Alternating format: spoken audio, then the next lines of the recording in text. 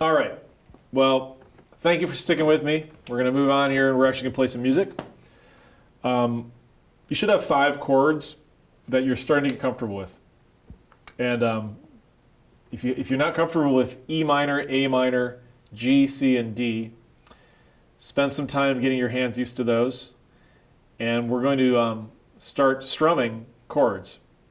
I like to say there's 2 main hurdles to learning guitar. The first one is just being able to play the chords, and everybody has to wrestle with that one.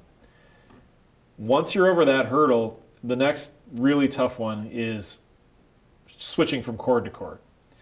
And that's probably the main source of frustration for all guitar players, and I'll tell you what I can about ways to deal with it. We're going to start with a very, very simple song. It's going to be just E minor and A minor.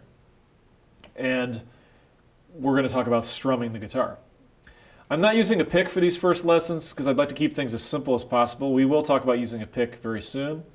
For now, we're just going to keep things to our thumb. And we're going to learn a strum called the quarter note strum. Most popular music that you're going to run into is written in what's called 4/4 time. And 4/4 stands for 4 quarter notes. Each unit of music that you're going to see on the chord charts and the songs in these lessons is broken up into measures, or they're also called bars, and each measure has 4 beats in it, 4 quarter notes.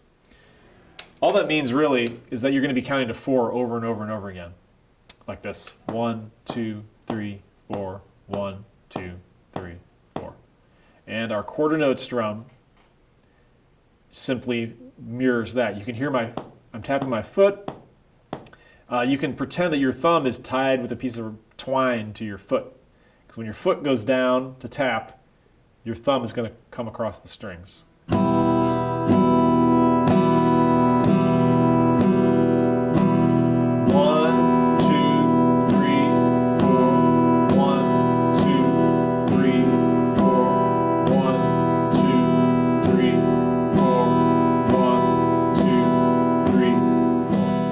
Pretty straightforward, but that connection between your thumb and your foot is going to be real important down the road. That's a quarter note strum. That is a perfectly legitimate way to play a song. I'm strumming all 6 strings. I'm holding an E minor chord in my left hand. And this first song is going to be very simple. It's going to be 2 measures of E minor, 2 measures of A minor, and then we're going to repeat. So it's going to sound like this. I'll count to 4 before I start, and then I'll walk you through it. 1, 2, 3, 4. 1, 2, 3, 4. 1, 2, 3, 4. 1, 2, 3, 4. 1, 2, 3, 4. 1, 2, 3, 4. 1, 2, 3, 4. 1, 2, 3, 4. 1, 2, 3, 4. Now, let's look at the left hand. If you can play along with me on that song and switch chords as fast as I was switching chords, that's great. That means you're well on your way to switching chords. You might find that you're doing something more like this when it gets to the shift between the E minor to the A minor. E minor, 1, 2, 3, 4. And then you're having to take a long time to find the A minor. 1, 2. That's going to be typical of the early stages of shifting chords, changing chords. All I can tell you is that with practice, that gap will get narrower and narrower till you're able to play one chord after the other smoothly. It helps to play very slow music because that makes the pause less painful as you're switching chords. A little psychological advantage there. But let's look at what's going on, because most chords can be broken down to simpler movements, and these are a really good example: E minor to A minor.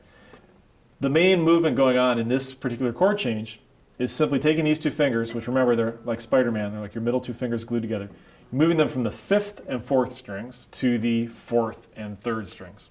So it's just this tiniest hop. Now, very importantly, I'm barely lifting my fingers off the strings, maybe a millimeter.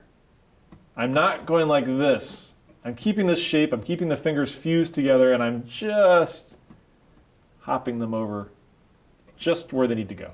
No wasted motion.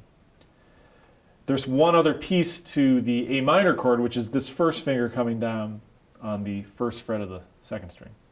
So in slow motion, here's E minor, A minor. Two things happening. This and this finger going from inactive to active duty. Now, after playing these chords for years, that chord change looks like this for me. Very small motion. But I have found that if you break things down into those sort of component steps, that can be a huge help for learning how to switch chords. So practice that E to A minor song until you can play it smoothly at about the tempo that I did. And I'll see you in the next lesson.